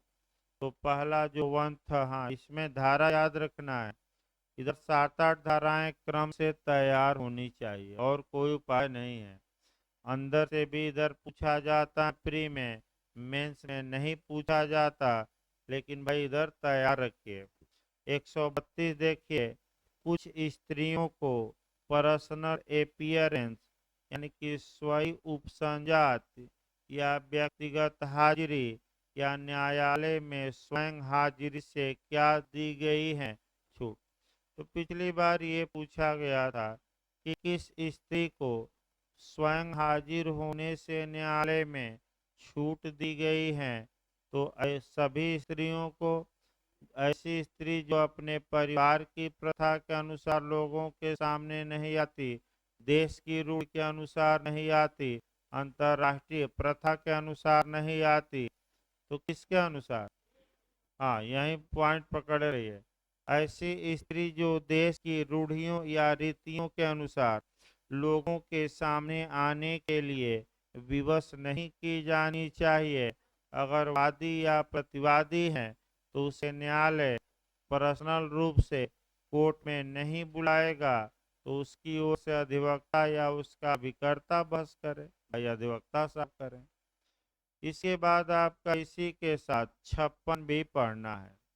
धारा 56 कोरिलेट करके पढ़िएगा। 56 कोरिलेट करना है कि स्त्री को धन की डिक्री के निष्पादन में गिरफ्तार नहीं किया जाएगा, ये किस सेक्शन में है। यानी कि अगर भी कोई स्त्री थी, उसके खिलाफ 10,000 रुपये की डिक्री पारित की गई, तो बी नहीं देती हैं, तो बी की संपत्ति को कुर्क करके बेचवा के 10,000 आप वसूला जा सकता है, लेकिन उसे गिरफ्तार करके जेल भेजा जा सकता है कि नहीं, नहीं भेजा जाएगा। तो बेरेट पर भी कोरिलेट कर लेना है। आपका जब भी 132 पढ़िए, इसी के साथ कौन सा सेक्शन कोरिलेट करेंगे, 56। अगला ये आपका 133 अन्य व्यक्तियों को छूट। तो यहाँ भी झारखंड को पूछा है, कई बार रिपीट किया है। आखिर वे कौन कौन से स्त्री, ये तो हो गई, स्त्री के अलावा वे कौन कौन से व्यक्ति हैं जिन्हें न्यायालय में स्वयं हाजिर होने से छूट मिली है। तो आपका ये दिया था कि उन व्यक्तियों की सूची कहाँ दी गई है, जिन्हें न्यायालय में पर्सनल रूप से, व्यक्तिगत रूप से स्वयं हाजिर होने से छूट दी गई है। झारखंड में ऐसा मॉडल आया था। तो कौन सी धारा छूट देती है? आपका 133 हल्का सा घुमाएगा कि विधायी निकाय के सदस्यों को किस सेक्शन के तहत छूट दी गई है, यानी कि सांसद हो गए, विधायक हो गए आपका, तो ऐसी दशा में इनको भी छूट दी गई है सिविल मामलों में। इनके लिए अलग धारा है भाई 135A। फिर थोड़ा कवर करिए। अगर ये पूछे कि व्यक्तिगत उपस्थिति से छूट कहाँ दी गई है, तो आपका 133 मार्क कराइए और यहीं थोड़ा आपका जोड़ दे विधायी निकाय, यानी कि विधायक और क्या जोड़ दे सांसदों को, तो 133 न मारिएगा। कौन सी धारा? 135 से। यही क्वेश्चन थोड़ा झारखंड में घुमाया था, भाई सीधे नहीं पूछा था। तो अब किनको किनको छूट मिली है देखिए। भारत का राष्ट्रपति है। तो एक लाइन और जानना है कि अगर जिनको छूट मिली है तो ऐसी दशा में अगर उनको बुलाना है तो भाई स्वयं तो बुलाया नहीं जाएगा, तो उनका पक्ष कौन रखेगा? तो अधिवक्ता रखेंगे, उनकी ओर से जो नियुक्त क्या हुए हैं अधिवक्ता। और अगर इनकी गवाह के रूप में परीक्षा करनी है तो हमने बताया था एक उपाय, कमीशन। भाई हमने 75 से लेकर 78 तक क्या बताया था? कमीशन। तो मान लीजिए राष्ट्रपति की गवाह के रूप में परीक्षा करनी है तो बुलाया ना जाए, कमीशन जाए उनके घर पर पूछताछ करके क्या हो आए। क्रिमिनल मामलों में भी राष्ट्रपति गवाह है तो बुलाया न जाए, सीआरपीसी में कमीशन जारी किया जाए। क्योंकि समय भी हो गया भाई 133 अगले आपका 133 1966 प्रयास करते हैं, हो सकता है एक दिन में या 2 दिन में निपट जाए इधर की धारा है। क्योंकि प्री में ज्यादा पूछा जाता है तब 2-3 बड़े चैप्टर उठाया जाए। तो रेस्ट ले लीजिए आप। संविधान आपका अगले टर्म चलेगा। कुछ सीबीसी के सेक्शन आपका समाप्त कर दिया जाए।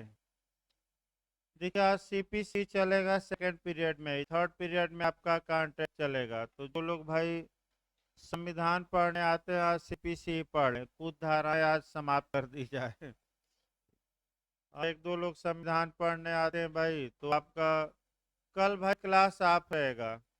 माने कल आपका ईद है तो भाई आपका पंथ निरपेक्षता का पालन करते हुए, यानी कि सेकुलरिज्म का पालन करते हुए अब एक दिन और नुकसान सही, क्या किया जाए भाई। वैसे भाई आपका करियर और परीक्षा से बड़ा त्योहार कोई नहीं होता, लेकिन ये आरोप न लगे कि आपका मनुष्य हर त्योहार में भी नहीं बंद किए। मैंने कोई आरोप न लगाए कि भाई इस त्योहार में बंद किया गया, इसमें न किया गया। इससे अच्छा है कि भाई आपका बंद कर दिया जाए, मजबूरी में बंद करना पड़ रहा है। क्योंकि एग्जाम है और एग्जाम के समय भाई ज्यादा बंद नहीं किया जा सकता, नुकसान हो जाता है ज्यादा। तो आइए देखा जाए भाई आपका, चूंकि एमपी का एग्जाम है और कई लोग मैंने फोन करके भी सीपीसी सर सेक्शन कम से कम पढ़ा दीजिए, तो सेक्शन निपटा दिया जाए। और प्री के लिए इधर ज्यादा है और मेंस के लिए आपका 3-4 क्वेश्चन आता है।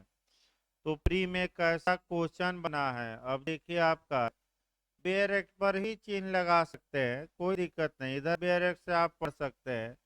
और जो बेयर एक्ट पर कोरिलेट कराया जाए, मैं फिर बता रहा हूँ, कम से कम उसको जरूर कोरिलेट करके बेयर एक्ट पर लिख लीजिए, ये आपका कर्तव्य है भाई।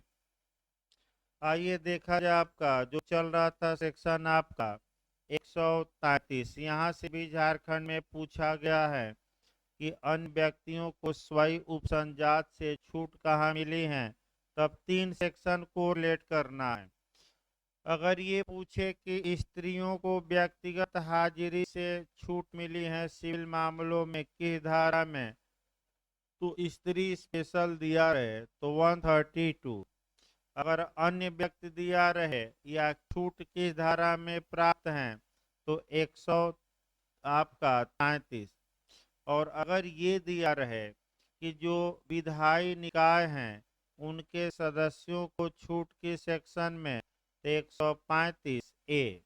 अब आगे देखिए क्वेश्चन, किन किन धाराओं में व्यक्तियों को पर्सनल अपीयरेंस से छूट दी गई है, यानी कि पूरा मिक्स करके पूछ रहा है नया मॉडल जो 132 में भी छूट है, 133 में भी और 100 आपका 35 ए में भी। अभी इसके बाद भी एक सेक्शन मिलेगा जहाँ की वकील साहब और न्यायाधीश इत्यादि रहेंगे 135 में भी। तो काफी महत्वपूर्ण धाराएं हैं 132, 133, 135, 135 है उपर्युक्त सभी। तो आपका जवाब रहेगा उपर्युक्त सभी। अब किनको किनको मिला है, 132 हो गया है, 133 देखिए किन किन व्यक्तियों को व्यक्तिगत हाजिरी से पर्सनल अपीयरेंस से छूट दी गई है। इसकी लिस्ट हम देख रहे हैं भाई। भारत का राष्ट्रपति हो गया, भारत का उपराष्ट्रपति दूसरा हो गया, तीसरा आपका ये लोकसभा का अध्यक्ष हो गया, यानी कि लोकसभा का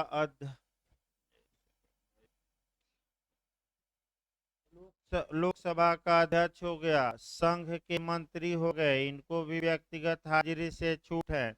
उच्चतम न्यायालय के न्यायाधीश, राज्यों के राज्यपाल, संघ शासित प्रदेशों के प्रशासक, राज्य विधानसभा के अध्यक्ष, राज्य विधान परिषद के अध्यक्ष, राज्य के मंत्री, उच्च न्यायालय के न्यायाधीश और वे व्यक्ति जिन्हें 87 बी लागू होती हैं, यानी कि आपका विदेशी शासकों को छूट व्यक्तिगत हाजिरी से। तो इन लोगों को क्या मिली है, छूट मिली है। तो अब ये है कि आपका अगर इन्हें साक्षी के रूप में परीक्षा करना है तो बताइए, अभी कंसेप्ट बता गया क्या जारी होगा, कमीशन। कमीशन जाएगा, इनका साक्ष्य लेगा और साक्ष्य लेकर आपका कह सकते हैं कि आपका वापस आ जाएगा, न्यायालय में पेश कर देगा। अब 134 देखिए, 33 समाप्त हो गई। डिक्री के निष्पादन में के की जाने से अन्यथा गिरफ्तारी तो धारा 55, 57 और 59 के उपबंध इस संहिता के अधीन गिरफ्तार किए गए सभी व्यक्तियों को लागू होंगे जहां तक वह लागू हो सकें।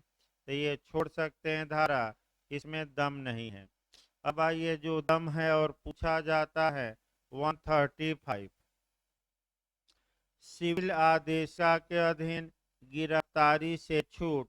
यहाँ से आपका क्वेश्चन बनता है, यानी कि कुछ और व्यक्ति हो गए जो सिविल आदेशिका के अधीन सामान्यतः गिरफ्तार नहीं किए जा सकते। तो कौन कौन से व्यक्ति हैं, देखिए फिर एक बार कंसेप्ट बनाइए भाई। व्यक्तिगत हाजिरी से छूट अलग और सिविल आदेशिका से गिरफ्तारी से छूट अलग। व्यक्तिगत हाजिरी पूछे तो 132 स्त्री, 133 अन्य व्यक्ति और 135 से आपका सांसद और विधायक। अगर गिरफ्तारी से छूट पूछे तो 56 याद रखना, धारा को रिलेट करके स्त्री को डिक्री के निष्पादन में गिरफ्तार नहीं किया जाएगा यदि डिक्री किसकी है, धन की है। दूसरा ऑप्शन आपका 135 में देखिए, कोई भी न्यायाधीश, मजिस्ट्रेट या अन्य न्यायिक अधिकारी उस समय सिविल आदेशिका के अधीन गिरफ्तार नहीं किया जा सकेगा जब वह अपने न्यायालय को जा रहा हो, उसमें पीठासीन हो या वहां से लौट रहा हो।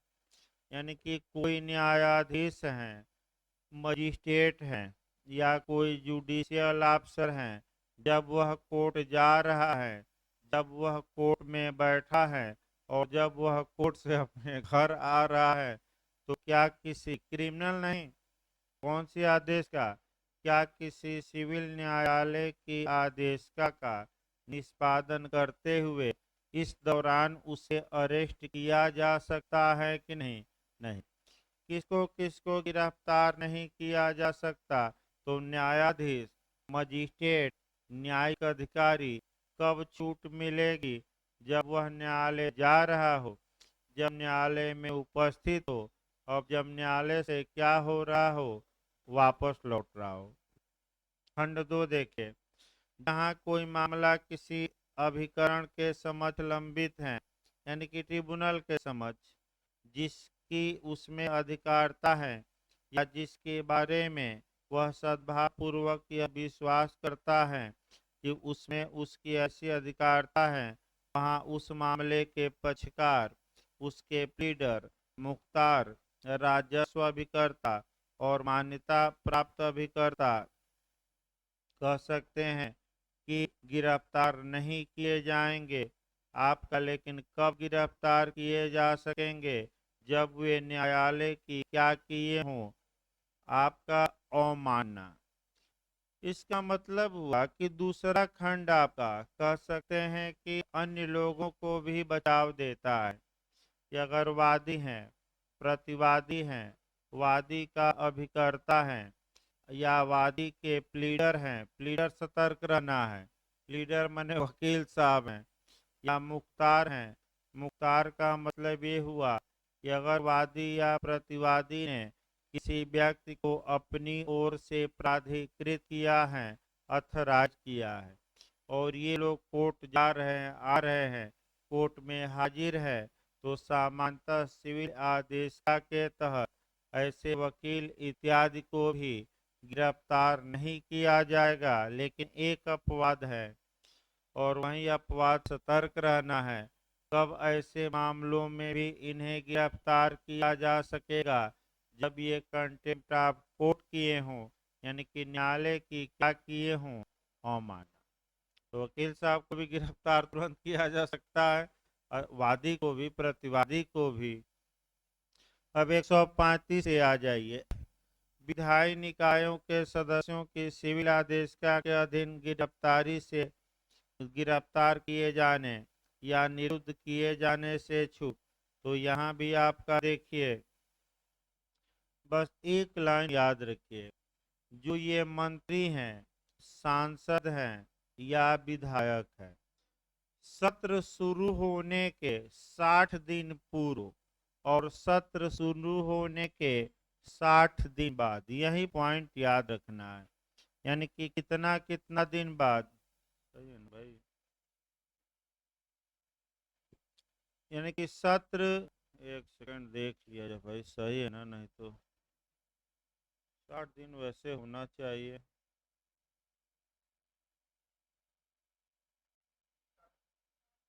एक सेकंड देख लिया जाए।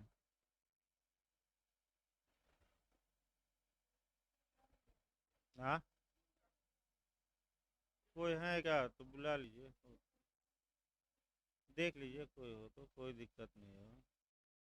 आइए बैठिए भाई, इधर बैठाइए आगे, इधर आइए बैठिए, कोई दिक्कत नहीं, यहीं बैठिए। एक सेकंड भाई देख,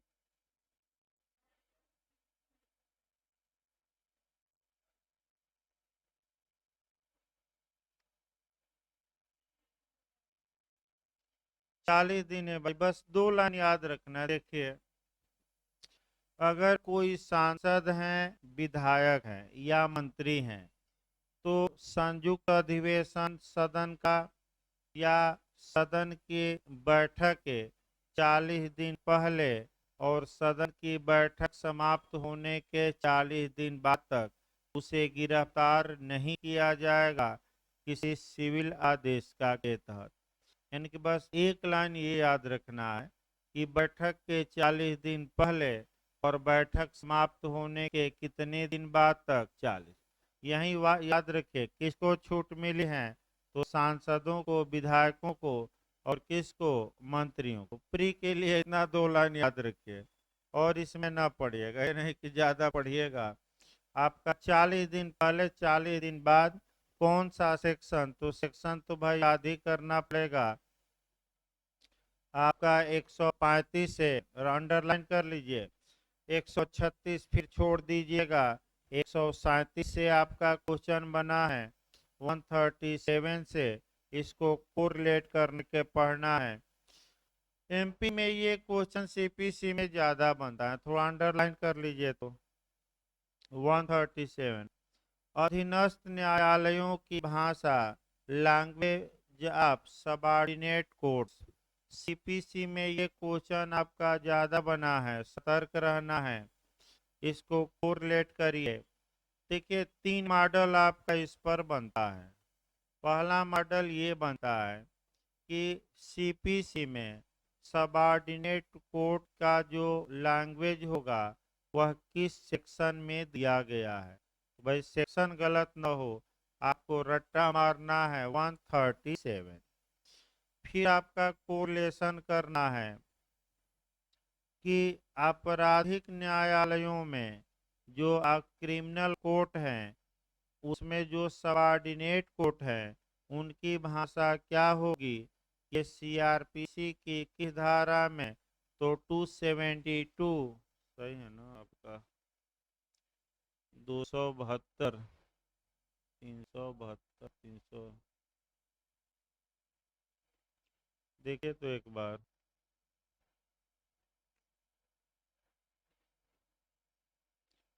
272 निकालिए सीआरपीसी तो एक बार। हाँ, बेरेक शाम को आता है भाई आज बेरेक रहता है लेकिन घर पर है आज नहीं देख लिया जाए भाई, हल्का सा भी संदेह हो तो देख लिया जाए ना, क्या मतलब। 272 है ना। देखिए आपका सीआरपीसी पर कोरिलेट कर लीजिए। सीआरपीसी में सबऑर्डिनेट कोड का लैंग्वेज या आपका भाषा क्या होगी, ये आपका बता गया है सीआरपीसी की धारा 272। ये भी क्वेश्चन आ चुका है। इसी के साथ एक और कोरिलेट करेंगे, उच्च न्यायालय और उच्चतम न्यायालय की भाषा संविधान के किस आर्टिकल में दी गई है, तो अनुच्छेद 348, अनुच्छेद 348 जोड़ लीजिए, 3 जगह से पढ़िएगा पहला क्वेश्चन। सबऑर्डिनेट कोर्ट की परिभाषा सिविल न्यायालयों की 137 सीपीसी, क्रिमिनल कोर्ट पूछ दे तो 272, और हाई कोर्ट सुप्रीम कोर्ट पूछ दे तो अनुच्छेद 348। अब आइए एक एक शुरू करिए। आपका सीपीसी और सीआरपीसी में सेम नियम है। एमपी ने पूछा कि अधीनस्थ न्यायालयों की भाषा का निर्धारण किसके द्वारा किया जाता है, सुप्रीम कोर्ट, केंद्र सरकार, राज्य सरकार और हाई कोर्ट द्वारा। तो किसके द्वारा किया जाएगा, राज्य सरकार द्वारा, यही रट कर जाना है। यानी कि जिला जज और उसके नीचे के न्यायालयों में किस भाषा में बहस होगी, क्या होगा, कौन सी भाषा में कार्यवाही होगी, ये तय करने का अधिकार हाई कोर्ट को नहीं है, बल्कि किसको है, स्टेट गवर्नमेंट को, यानी कि राज्य सरकार को। बस 2 क्वेश्चन बनता है और इतना में आपका 137 समाप्त हो गया। अब आइए देखा जाए 138, ये भी छोड़ दीजिएगा। 139 पूछा जाता है, शपथ पत्र के लिए शपथ किसके द्वारा दिलवाई जाएगी, यानी कि जब एफिडेविट आप देंगे, शपथ पत्र देंगे, तो उसके लिए जो ओथ दिलवाई जाती हैं, शपथ दिलवाई जाती हैं, जो वादा करवाया जाता है, आसान भाषा में जो कसम खिलवाई जाती है, तो वह कसम किसके द्वारा खिलवाई जाएगी, कौन आपका शपथ दिलवाएगा। तो लिस्ट याद रखिएगा। आपका पहला, कोई न्यायालय या मजिस्ट्रेट शपथ दिलवा सकता है। दूसरा आपका नोटरी अधिनियम के अधीन नोटरी दिलवा सकता है। तो आप देखे होंगे एफिडेविट बनवाने जाते हैं तो नोटरी क्या करता है, मोहर और मार कर साइन कर देता है, तो दिलवा सकता है कि नहीं शपथ। और नोटरी अधिनियम बना है किस सन में, सन भी लिखा 1952। ऐसा कोई भी अधिकारी या अन्य व्यक्ति जिसे उच्च न्यायालय द्वारा आपका नियुक्त किया गया हो, तो हाई कोर्ट देखिए भाई ओथ कमिश्नर नियुक्त करता है, शपथ आयुक्त।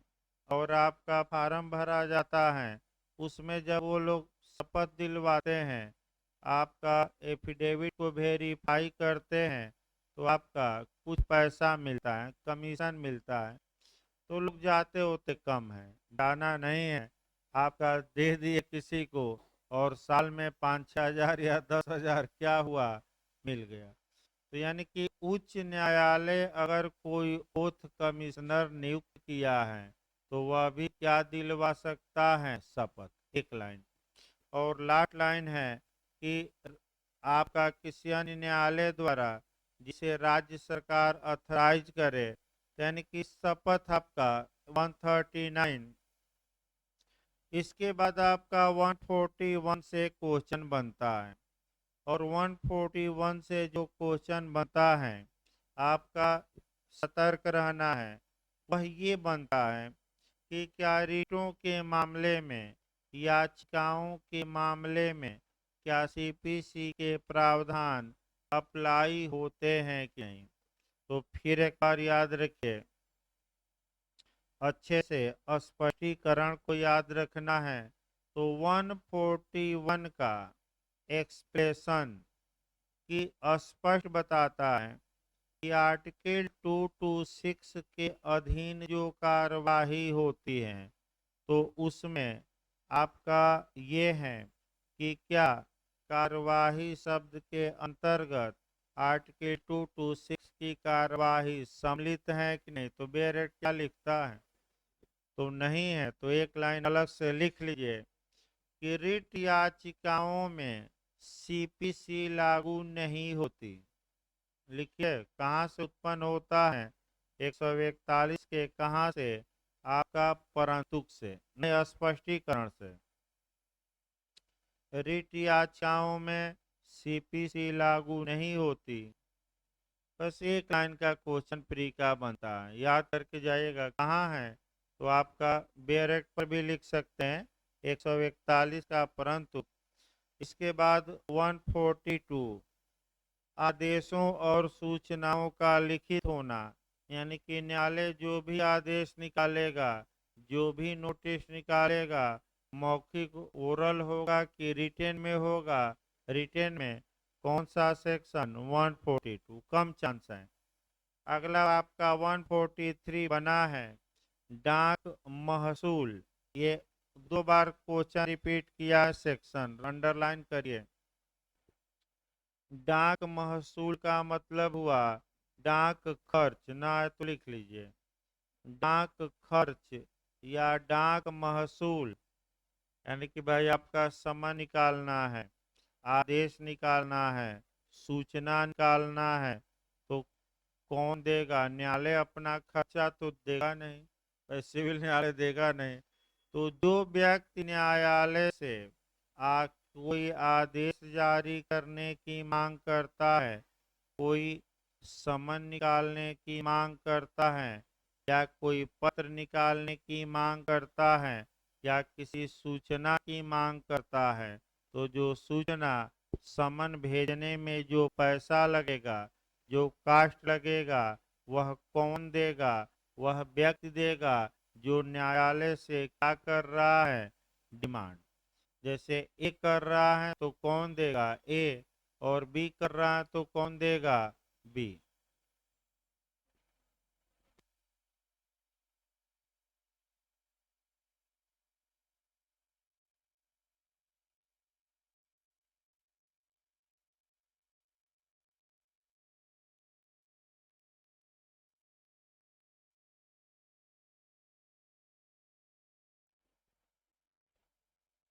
दो बोतल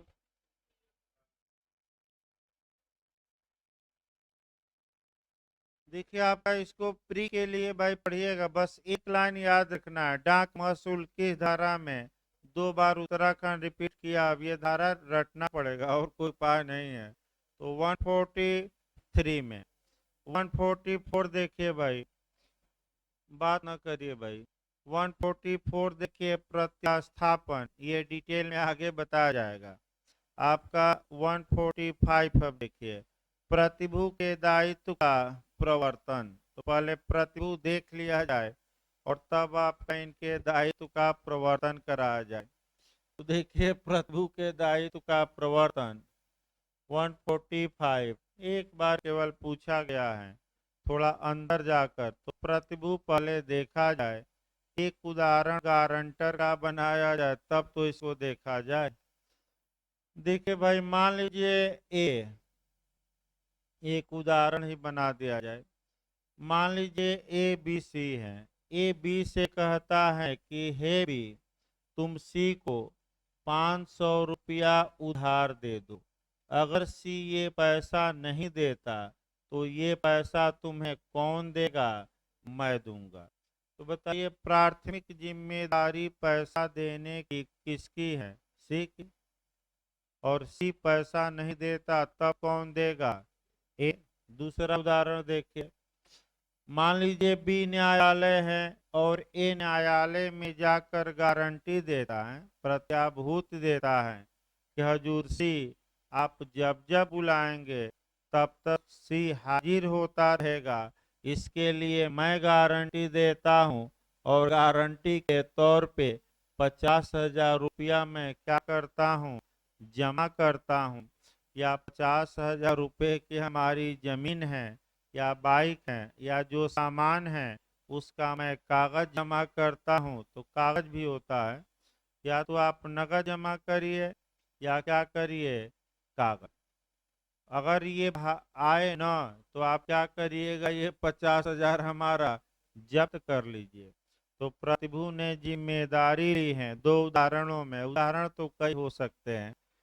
तो अगर इस जिम्मेदारी को कैसे लागू कराया जाएगा, तो उसकी संपत्ति को कुर्क करके, पैसा दिया है तो पैसा जब्त करके, अगर सी फरार हो गया या सी आया नहीं तो वहीं आपका उदाहरण एक बताया गया। लेकिन बेर देखिए, जहां किसी व्यक्ति ने किसी डिक्री या उसके किसी भाग के पालन के लिए, यानी कि इसका मतलब ये हुआ कि अगर ध्यान से देखिए अब इसी उदाहरण में, अगर ए ने किसी डिक्री के पालन के लिए गारंटी ली है तब ए के दायित्व का माने निष्पादन होगा। फिर आपका किसी डिक्री के निष्पादन में ली गई किसी संपत्ति के प्रत्यास्थापन इत्यादि के लिए, इत्यादि एक लाइन। अगर ए ने जिम्मेदारी ले रखी है तो बस एक लाइन है कि ए पहला तो किस सीमा तक जिम्मेदार होगा, तो जिस सीमा तक वह क्या लिया है, और वह जिम्मेदारी ए नहीं निभाता तो ए की जो संपत्ति होगी वह क्या किया जाएगा, कुर्क किया जाएगा और कुर्क करके बेचवाया जाएगा, और बेचवा कर पूरा पैसा क्या किया जाएगा, जो इस उदाहरण में 50,000 है वसूला जाएगा। तो एक लाइन क्वेश्चन बनता है, ज्यादा नहीं। इसके बाद 146 प्रतिनिधियों द्वारा या उनके विरुद्ध कार्यवाही, तो विधिक प्रतिनिधि को जोड़कर पढ़िएगा। बताइए तो ए बी के खिलाफ मुकदमा चलाया, ए जीता, जीतने के बाद ए मर गया तो ए के पक्ष में डिक्री पारित की गई थी, तो क्या ए के विधिक प्रतिनिधि उस डिक्री को बी के खिलाफ लागू करा सकते हैं कि नहीं? करा सकते हैं। और बी मर गया तो बी के विधिक प्रतिनिधि के विरुद्ध बताया गया है धारा 50 और किस में, 52 में। वह इनके विरुद्ध कार्रवाई हो सकते हैं कि नहीं? विधिक प्रतिनिधियों के विरुद्ध हो सकती हैं। कौन सी धारा बताती है? 146। अब आइए 147 नहीं पढ़ना है, 148 पढ़ना है। समय का बढ़ाया जाना, एक लाइन बस जाना है। अगर किसी कार्य के लिए कोई समय अनुज्ञात किया गया है, यानी कि कोई समय आपका कानूनन दिया गया है, तो न्यायालय चाहे तो अपने विवेक से उस समय को बढ़ा सकता है, लेकिन बस एक क्वेश्चन, कितने दिन के लिए बढ़ा सकता है? वहीं रटा मार कर जाइए, कितना दिन है? 3 दिन। तो समय का बढ़ाया जाना किस धारा में? 148 में। यानी कि जहां किसी कार्य को करने के लिए कानूनन समय क्या किया गया है? निर्धारित। न्यायालय चाहे तो अपने विवेक से उस समय को बढ़ा सकता है। तो कितना बढ़ा सकता है? अधिकतम याद करके जाए, कितना? 3 दिन। इसके बाद 148 ए, कैविएट दायर करने का अधिकार। ये भी हम डिटेल में पढ़ाएंगे, लेकिन आज शॉर्टकट में कर दे रहे हैं, अगले टर्म से डिटेल में चलेगा। 2 क्वेश्चन आपका, 3 क्वेश्चन बनता है। कैविएट की हिंदी बताइए, ज्यादा लोग पूछते हैं समाज में, तो वो तो बताया जाएगा डिटेल में। कैविएट मतलब पूर्व चेतावनी, हिंदी लिख लीजिए तो। कैविएट इंग्लिश शब्द है भाई, पूर्व चेतावनी। उर्दू में कहते हैं उज्रदारी, उर्दू में भी लिख लीजिए बैक पर, उज्रदारी, उज्रदारी। ये प्रावधान का, कैविएट का प्रावधान कहाँ किया गया है? पहला क्वेश्चन 148।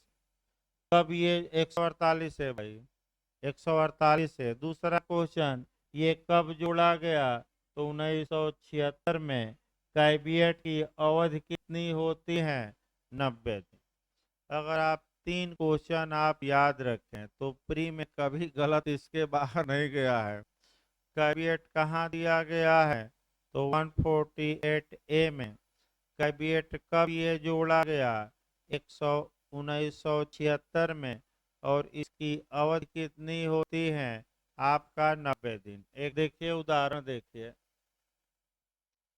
मान लीजिए आपका कोई उदाहरण लिया जाए, शिक्षा मित्रों पर ही लिया जाए एक उदाहरण। मान लीजिए अगर शिक्षा मित्रों को आशंका थी कि भाई कोई व्यक्ति हमारे खिलाफ मुकदमा दायर करने वाला है, तो ये जो है शिक्षा मित्र बना लिया जाए।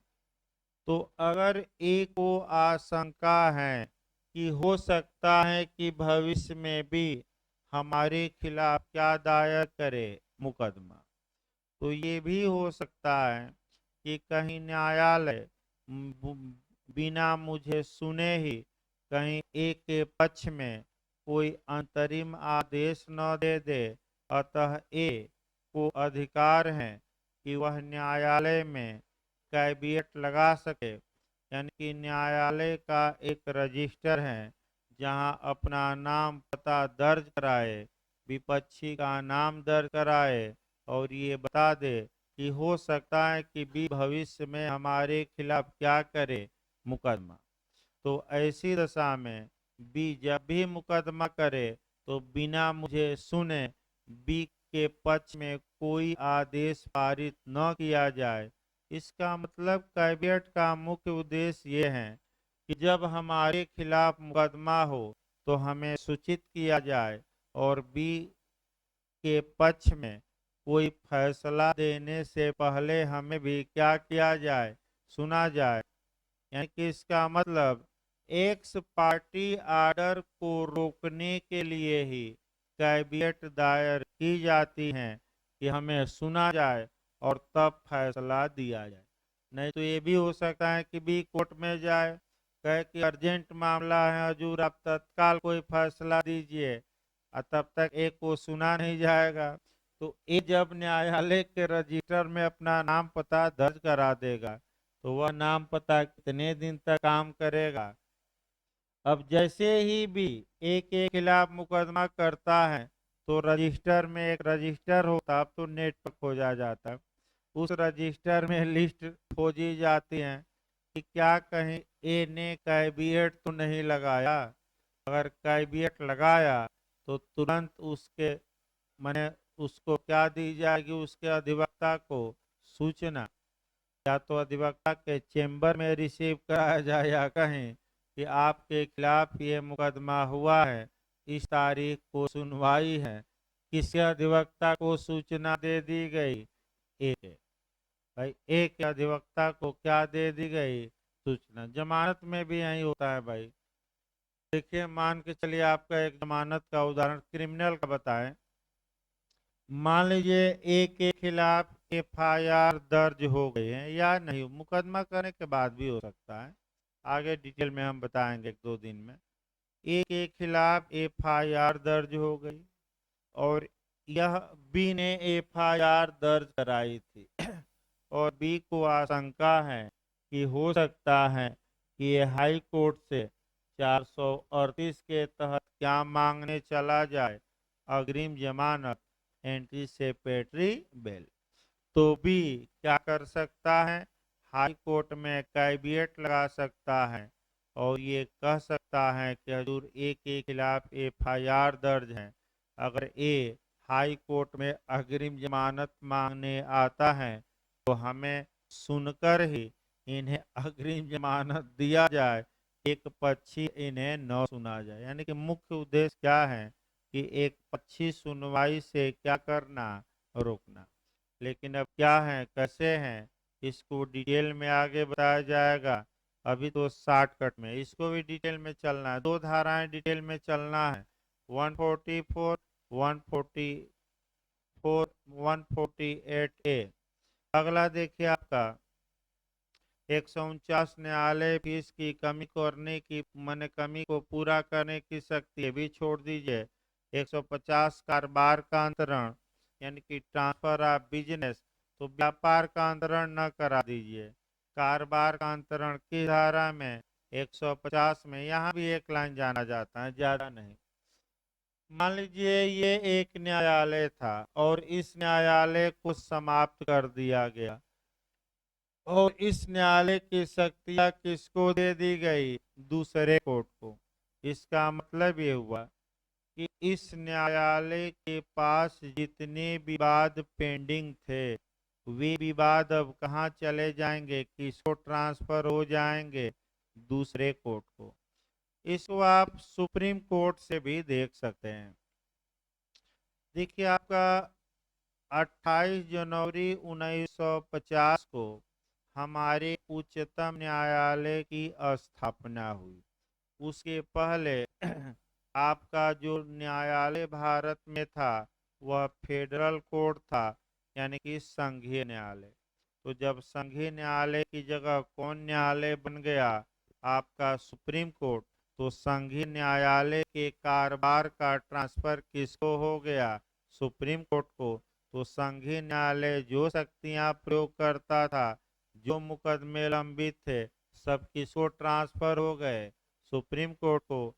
ये हम नहीं बता रहे हैं, इसको जब भी 150 पढ़िएगा, अनुच्छेद संविधान का पढ़िएगा 135, कौन सा अनुच्छेद बताता है? 135। अगला देखिए 151 इनहेरेंट पावर। फ्री के लिए तो दो लाइन बता ही दिया जाए।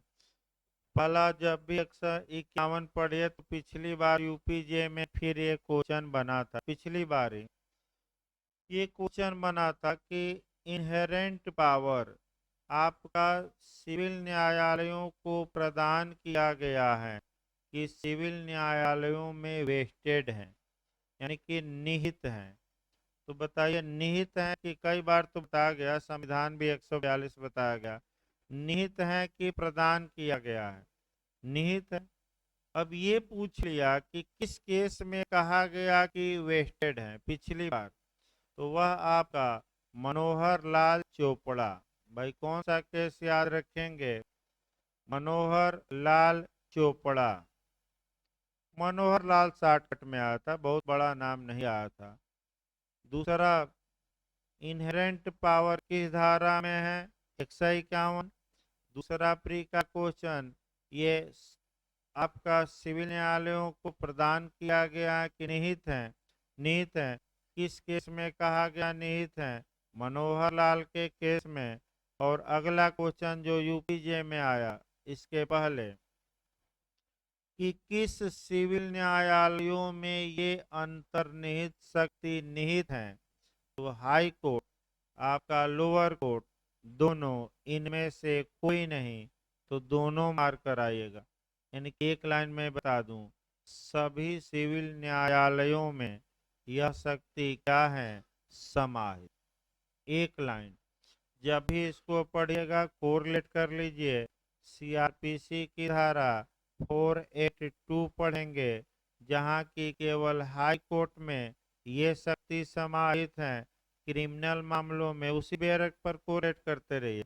सीआरपीसी की कौन सी धारा, 482, आपका सहशक्ति भी कहा जाता है। बिहार आपका अंतर्निहित नहीं लिखता, क्या लिखता है, सहज।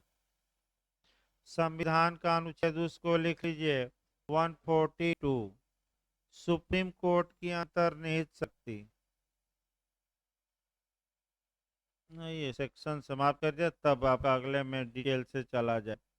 इसके बाद 100 है सुप्रीम कोर्ट की अंतर्निहित शक्ति आर्टिकल 142 में है। अगला देखिए 152, निर्णयों, डिक्रियों और आदेशों का संशोधन। तो यहाँ से भी आपका पूछा जाता है कि कौन से संशोधन हो सकते हैं, जो गणितीय हैं और लिपि हैं। यानी कि क्लर्कियल मिस्टेक और आपका मैथमेटिकल मिस्टेक निर्णय आदेश में हो गई हैं, तो उसको सुधारा जा सकता है। इसको सीआरपीसी से जोड़ लीजिएगा 362 362। सीआरपीसी लिखिए 152 जब भी पढ़िएगा तो सीआरपीसी की कौन सी धारा, 362, 362। वहाँ भी न्यायालय निर्णय में जो क्लर्कियल और मैथमेटिकल गलती हुई है उसको क्या कर सकता है, सुधार सकता है। इसके बाद 153, संशोधन करने की साधारण शक्ति आप छोड़ सकते हैं, हल्का ये संशोधन वाले में पढ़ाया जाएगा, प्लीडिंग में संशोधन।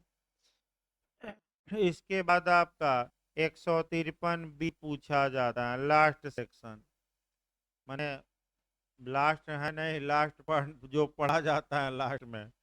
उत्तराखंड आपका ये क्वेश्चन शुरू किया है कि 153B, विचारण के स्थान को खुला न्यायालय समझा जाएगा।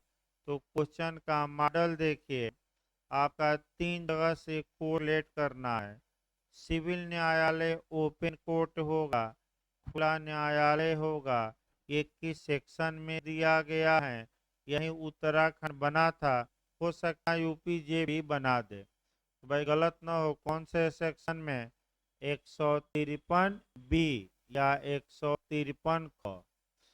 इसी के साथ एपीओ में भी कई बार पूछा है कि आपराधिक न्यायालय ओपन कोर्ट होंगे, खुले न्यायालय होंगे, इसको कोरिलेट करना है सीआरपीसी की धारा 327, 327।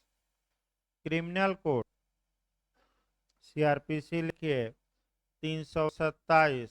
और उच्चतम न्यायालय भी ओपन कोर्ट होगा, सुप्रीम कोर्ट।